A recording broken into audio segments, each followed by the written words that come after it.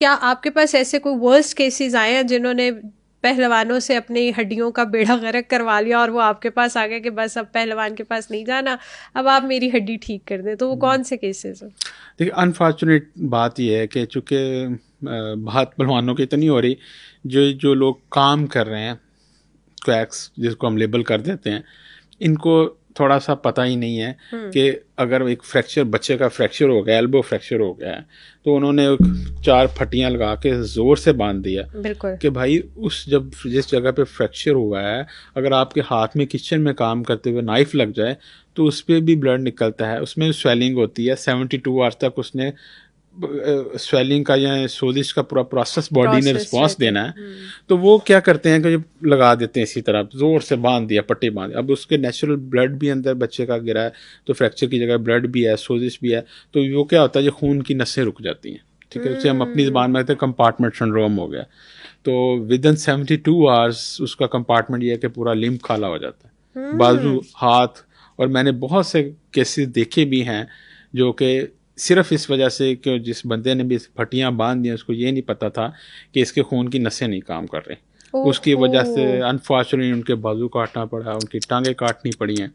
तो लिहाजा अगर देखे, बाहर की दुनिया में कायरोप्रैक्टर बैठे हैं जो कि कुछ ना कुछ मैनिपुलेशन करते हैं, but they are properly trend.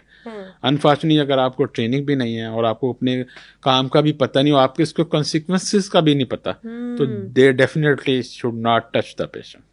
ठीक है, आप सिर्फ इस वजह से कि आप पट्टी लगा लेते हैं, वो इतनी टाइट कस के पट्टी बांध देते हैं कि आपका ख्याल हड्डी जुड़ जाएगी, ऐसा नहीं है।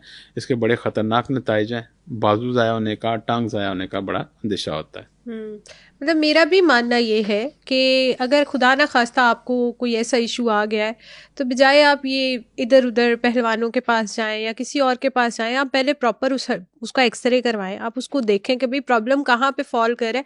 फिर किसी डॉक्टर जो जाहिर है पढ़ के यहाँ तक पहुँचते हैं, उनको कहें कि भाई अब इसको ट्रीट करें। डेफिनेटली। तो जब हम इधर उधर चले जाते हैं तो हम अपने केसेस और वर्स्ट कर लेते हैं, बस कॉम्प्लिकेशन बढ़ जाती है। कॉम्प्लिकेशंस बढ़ देखिए, जाती हैं। अभी मैं सिंपल सी मिसाल दी ना, अब तो एक एक्सरेज जो है वो आपके अगर करीब 300, छोटा सा हॉस्पिटल भी है, इवन के DHQ THQ basic health unit के लेवल पे भी एक सिंपल एक्सरे हो जाता है, उस फौरन पता चलता है चल फ्रैक्चर है। जाता है, ठीक है, बिल्कुल। अब वो दौर नहीं रहा कि जी हम बड़े शहर में लेके जाएंगे बिल्कुल तो ऐसे है, वहाँ पे बिल्कुल पट्टी ऐसे। कर डॉक्टर से इलाज करवाएंगे।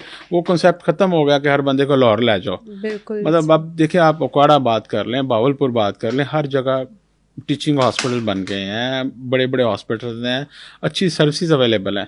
तो डेफिनेटली जब आपके पास, मैं वही बात कर रहा हूँ, ये 40 साल पुराना दौर नहीं है कि सारा कुछ पहलवान नहीं करना। You have qualified orthopaedic surgeon जो कि डिस्ट्रिक्ट लेवल पे और तहसील लेवल पे मौजूद है। ठीक है, अब तो सुपर स्पेशलिटी का दौर है। स्पोर्ट्स सर्जरी, कैमरे से ऑपरेशन पाकिस्तान में हो रही है, स्पाइन सर्जरी की फेलोशिप पाकिस्तान में हो रही है। इसी तरह पीडियाट्रिक बच्चों की ऑर्थोपेडिक की पूरी एक स्पेशलिटी है जो कि अवेलेबल हैं, ट्रेंड पीडियाट्रिक बच्चों को डील करते हैं। ठीक है, तो जब ये सारी सिस्टम में चीज़ें अवेलेबल हैं, तो मेरा ख्याल अगर फिर भी कोई बंदा पहलवान के पास जाके वो अपना नुकसान करना चाह रहा है, तो फिर वो उसकी अपनी ही चॉइस है। अपनी चॉइस है।